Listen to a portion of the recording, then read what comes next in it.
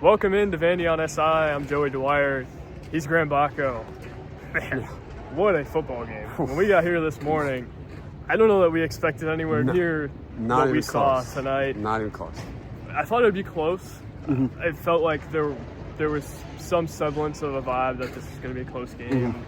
Whether that was because Vanderbilt had a sickness going around the team or because Auburn was fresh off the Hugh Freeze firing, a quarterback that Vanderbilt really hadn't seen a whole lot of. Man, I didn't expect a shootout. That went to overtime. No.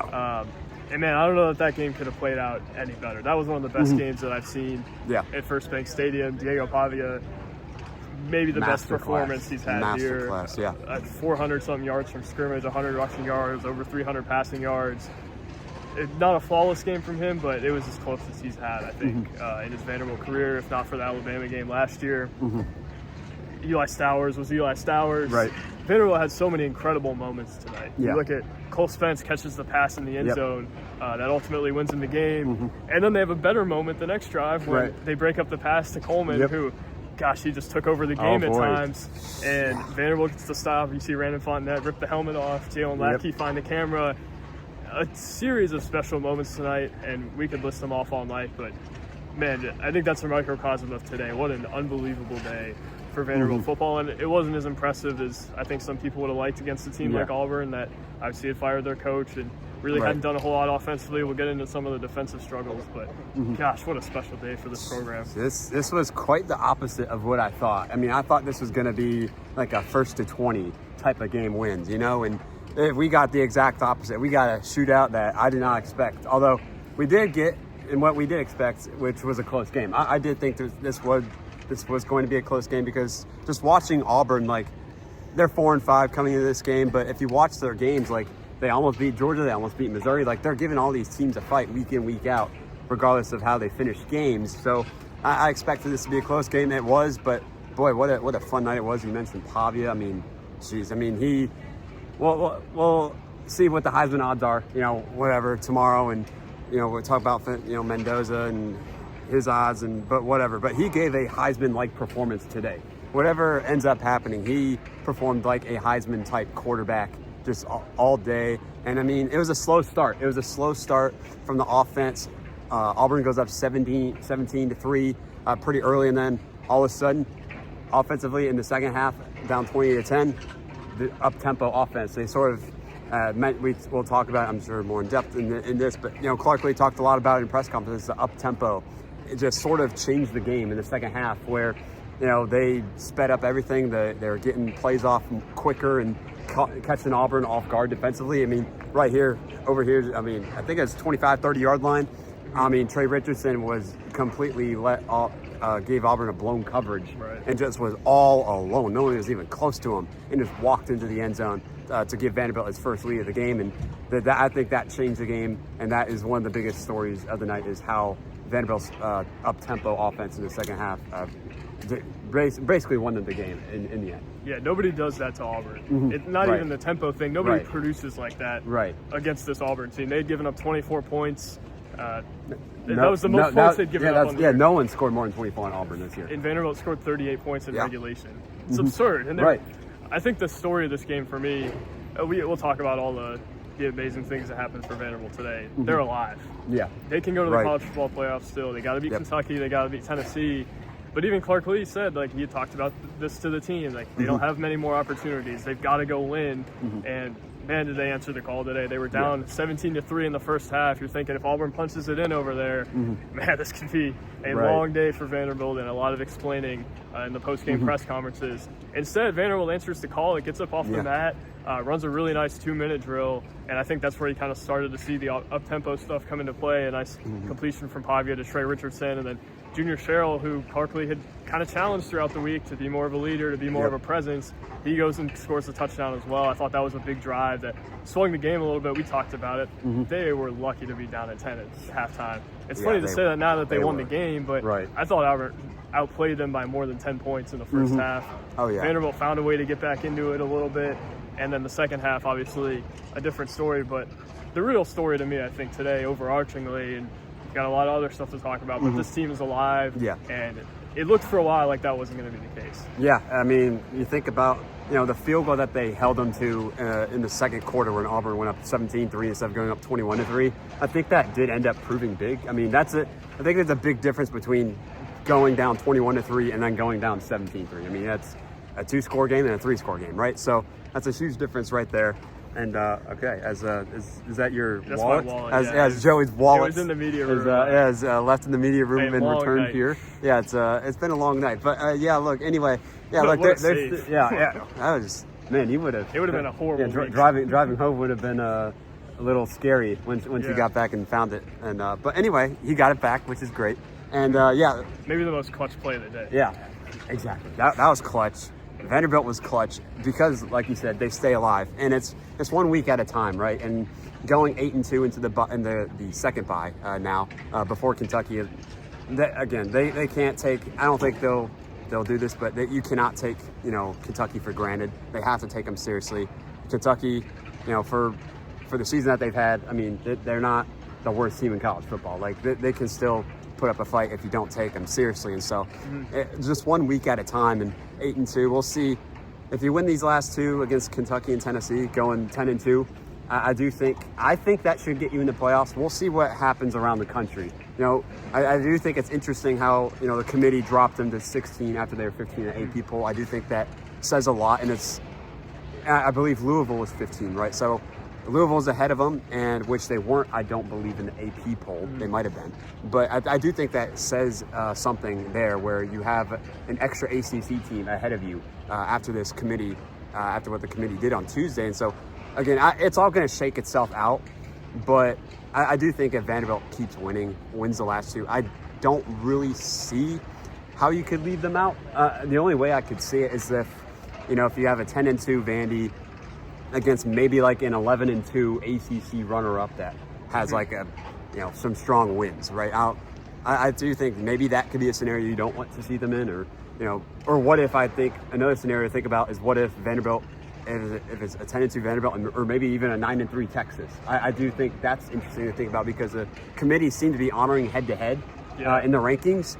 So I think that's going to be very interesting to see that and see how that plays out. Vanderbilt's resume is not quite as strong as it was at one point. Right, exactly. LSU obviously faltered, South Carolina faltered, Virginia Tech doesn't look great either. So. Exactly. So I think, those two scenarios are, places you don't want to be in if you're Vanderbilt. But again, you can only control what you can control, and they can control winning or not. And so, if they are able to do that, then they position themselves and give themselves a very good chance to be in that bracket. Yeah, I think they're in if they win two more. And the goal for them is like make them screw you out of this thing. Right. Don't do it to yourself. Exactly. And they almost did it to themselves today. Right. But I think the story, just in terms of this game specifically, is like they got punched a few times. Brian Longwell said, I know Brian Longwell went with, it's funny, players never go with it when I say they got another team threw a few punches. Yeah. Brian Longwell goes and says, they threw us a few combos. And they did, right? Like they did. Vanderbilt was down a lot early. It looked sure. like this thing was heading in a direction that really was unfavorable for Vanderbilt. I thought it got up off the bat. And I thought no play better encapsulated that. Eli Stowers catches it. I think it was 2nd and 10, and he gets popped over the middle. That was one of the hardest hits I've seen this year. That was hard.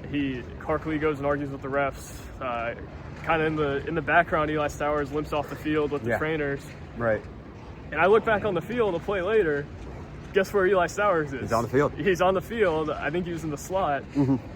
That's the play that really encapsulated this to me. And I'm not going to claim to think Vanderbilt or to know Vanderbilt was going to win in that moment. I'm like, man, if that doesn't encapsulate what Vanderbilt has done to this point, I don't know what will. You literally have a guy hitting the deck, he pops up off the mat, goes to the sideline, comes back in the game, and Vanderbilt wins because not only of the other guys' performances, but Eli Stowers had 12 receptions for 122 yards. Yeah. Not only did he have that moment, that was one of the best games he's played here. He had 3 100-yard games last year. This year really hadn't done a whole lot until last week, and we were wondering, where's Eli Stowers that we know? Where's the guy that we think's an NFL first-round pick?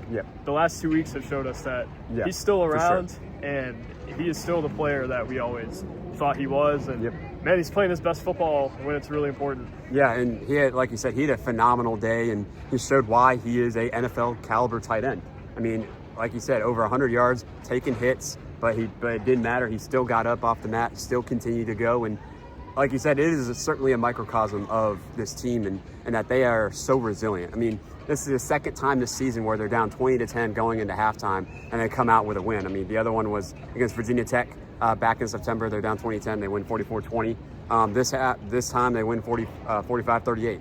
So you talk about the resilience of the team. I think that's really what separates this team from other Vanderbilt teams of the past. And we don't talk about or try not to harp on the past of this program all that often, but I do think that is a noticeable difference between this team and every other year. Is other years maybe they would have cracked or maybe they would have faltered or whatnot, but this year again the resilience shows up again, and it came up in a huge way. They stayed positive. They had the right mindset, and they just kept chipping away, and eventually, like you said, the offense found the fast tempo. That it found something good, and it just kept going with it, and they come out on top. For sure, Graham. We do have to hit on a negative here before we get out of here. Yeah, their defense. I mean, certainly not their best performance, No. and they didn't really know what to expect from Auburn. So you give them that. Maybe they were worn down before the bye week. It doesn't change the reality that they give up 38 points to Auburn, which had really struggled for essentially all the year. Their cornerback play, I thought, was not good enough. And there's some plays like Martell Height can't do anything about it when Cam Coleman just goes and makes ridiculous catches. Just grabs it with one hand in the corner of the end zone. You can't do anything about that. But there's just not enough pressure, I didn't think. And also, like, the running lanes were wide open for the quarterback at times. So they were. There's a lot for them to improve defensively, sure. and I think that might be the X factor here moving forward. Like, can it be the defense we saw in the first half against South Carolina and Virginia Tech and all them? Or is this kind of the defense that we're seeing now? I think we're going to be able to tell a little bit more after the bye week. Are they a shutdown group? I don't know. I don't think so, but I don't think they're that bad. And I think today was a little uncharacteristic in that way. But again, Auburn's got a good quarterback who I don't know that we knew he was all that great heading into the day, but I thought he played pretty well. And then their receivers were just unbelievable. You've got to give some of that back to Vanderbilt, though, and say, what the heck, you got to be better than that. Yeah, I mean, that was, considering what Auburn has done offensively this year, that was concerning performance by the Vanderbilt defense, I thought. I mean, Auburn's offense has not been able to move down. I mean, they scored 3 points against Kentucky last week. I mean, maybe the firing of Hugh Freeze just fired them up and just let them, have more freedom in how they play, and maybe Hugh Freeze was ultimately the issue. But, I mean, was it that big of a difference? I mean, maybe, I guess. But, again, I don't think that sort of offensive performance from Auburn should have happened from this Vanderbilt defense, quite frankly. I mean, I felt Vanderbilt's defense just – I mean, they did say, I think they were a little shocked at the start just how fast the Auburn was playing. And they were playing pretty fast. They started the game up-tempo, and they were just rolling right down the field. I mean, not even sniffing any third down, fourth down scenarios at all. And when they did, it was they had the long one, the 3rd and 18, and they just shot right down the field. Yeah, exactly. So, this is definitely concerning. I don't think it's necessarily panic because, I mean, the majority of the time here, I mean, we've seen Vanderbilt's defense play, pretty solid for, and they did answer the call in the big moments. Right, exactly. They did answer the call. I mean, the defense did make, some stops to allow the offense to come back from 14 down to come back and eventually win the game in overtime here. So, I would say it's definitely a concern just based on how Auburn's offense has looked all year, but I don't necessarily think it's a panic type of thing because, again, I just think Auburn's, the way that, their coaching situation lately, I'm sure might have played a factor, and maybe the minimal amount of film could have played a factor on Ashton Daniels, but I don't know. We'll see what happens with Kentucky. They got a bye week, and so they got time to rest up. They got time to look at the film and fix it accordingly. So I do. If they did put up this type of performance defensively against Kentucky, I'd start to get closer to sort of panicking a little bit as the season comes to a close and as postseason comes into play. So, but as for now, I'm just concerned. I'm not panicked yet. Yeah, I think you reserve that until after the bye week. Yeah, where you finally get them healthy a little bit. And I thought they were better coming out of the first bye week. They really got worn down in the stretch. A lot of SEC games in a row. Clark had even mentioned this in the preseason. But I just think it's I'm concerned. Yeah. I'm not freaked out about it because I think we have enough of a sample size to understand they're better than what they've shown. But yeah, you got to keep that on your radar. Exactly. For sure, Graham, though, a magical night here at First Bank Stadium. I don't think Vanderbilt wanted it to have to be magical, but man, it was a fun night. Yeah, it was. Would have been fun if they lost. Maybe not for the viewers, but that was an unbelievable football game. It was. It really was. At First Bank Stadium, and I certainly was not expecting it to be the Auburn game this year, where they had really been sloppy in all their games. I think I even tweeted before the game, Auburn wanted to muck this game up. Yeah. It didn't happen, and Auburn was still in the game. Right. So, what a night at First Bank Stadium. Graham, I'll swing it to you for your final thoughts, but gosh, it's hard to even summarize that. That was There's so many moments that I'm sure we forgot about just because it was such an unreal game. Yeah, I mean, no, you hit the nail on the head right there. It was just an unreal game. I mean, certainly one of the craziest games I've covered. I mean, I think that probably was the highest scoring game I've covered actually in terms of both teams. So yeah, I mean, what a night. Vanderbilt stays alive. They're 8-2. Playoff hopes are alive. You know, they're still in control of their destiny, I believe. So, you know, moving on into the bye, and we'll see what happens against Kentucky on senior night, and then they go to Knoxville, and for what could be a possible play-in scenario there. So we'll see what happens, but for now, we go rest and go right. Man, we are gonna sleep good on Sunday night. Once everything is filed in the next 2 days, I envy us in about 15 hours. Right. It's going to be, or I guess probably like 24 hours. Yeah, about 24. It's been a long day, which is why I say that. Quite the day, yeah. Man, what a day for Vanderbilt, though. Like you said, they stay alive.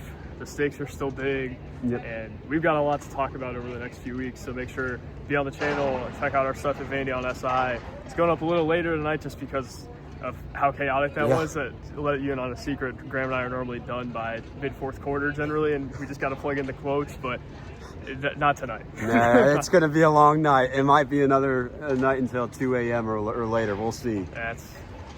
We'll be up late, but we will. Man, that's the grittiest outlet on the Vandy G. We've spoken about this. We are undeniably. But we won't take up more of your time. Thank you guys for watching.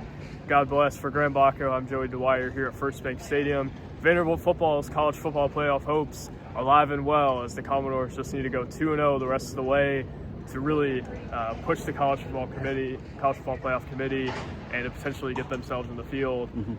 Thank you guys for watching. God bless. We'll talk soon. Peace.